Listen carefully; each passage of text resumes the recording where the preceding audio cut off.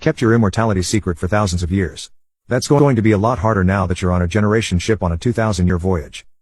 A horde of screaming, flag-waving spectators had gathered across the street to watch our convoy of buses arrive at the elevator platform. My senses were completely inundated from the moment I stepped outside. The roar of the crowd, the glaring spotlights around the launch site perimeter, even the pungent smells of the city that had sprung up on the outskirts of the elevator. Dr. Malakia. One of the reporters had identified me and had leaned most of her body over the perimeter fence, stretching a microphone as far out as possible. Dr. Malakia. Any comment on today's launch? It was strange, being in the public eye. I'd spent so long avoiding drawing any attention to myself, because that only invited questions into my background. So much of my life had been spent carefully hiding my identity and establishing a new backstory even decades in advance. I've turned down knighthoods and medals and awards from 1,000 regimes, fearing the eventuality of getting caught in my own web of lies. But now that was all finally over. It was unlikely that, in the few minutes that it would take me to board the Ark, someone would put it all together and out me as a wandering immortal living under an assumed identity. So I smiled and approached the reporter. I'll be honest, this is probably the best day of my life. She beamed, just happy to get the scoop from the most reclusive member of the ship's crew. I'll bet, she said. But won't you miss Earth? I didn't answer at first. Instead, I took a moment to look around at the city lights and the gray clouds overhead. I really hadn't even thought about that.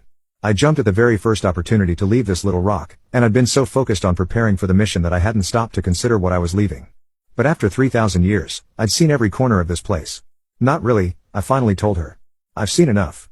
And besides, I'm sure I'll make it back someday. I walked away before she could make sense of what I'd just said and asked some follow-up question.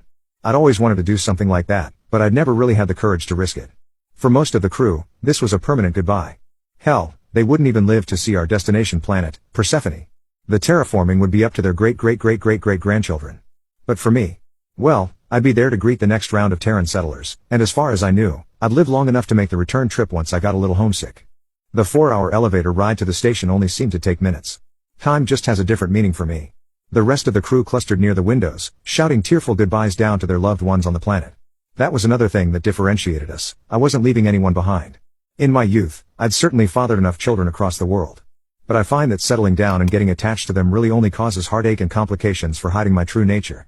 So for the last 1,000 years, I've been alone. Dr. Alec approached me, and we shook hands. Big day, he said. He was the other head of the biology team on board the Ark, and we had a pretty big role. The ship was a closed system, meaning that we had to achieve nearly 100% efficiency in everything that we used, the air, the water, and the food. Which meant creating a perfectly balanced ecosystem. Who better to do that than me? I, who ordered the Nile River to flood every year for the benefit of my subjects. I've farmed in the Indus Valley, the rice paddies of China, the vineyards of Italy, the high mountains of Japan, the fertile prairies of the Americas. It's become something of a specialty. And on this ship, it made me absolutely essential. I was kind of counting on that point. Yeah, big day, I told him. More than he really knew. We stood in silence together for a while, savoring the moment. There would be plenty of time to talk over the next 60 years or so that he had left to live. We boarded the Ark and did one last check of all systems. Then the engines powered up, and we held our farewell ceremony. And finally, we all gathered at the stern viewing bay to watch the blue and green rock disappear into the black void as we reached maximum velocity. There was no going back now. I cleared my throat, clanged my spoon against the stem of my glass, and beckoned for everyone to come together. This was it. This was the moment I'd been waiting for. Their eager faces waited, probably expecting a jubilant toast to our success. Boy, were they in for a surprise. What is it, Dr. Malakia? Someone from the crowd asked. Actually, I prefer to go by the name Thutmose. Thutmose III. I exhaled, and my whole body shook. It had been thousands of years since I'd said my real name out loud. I was finally free.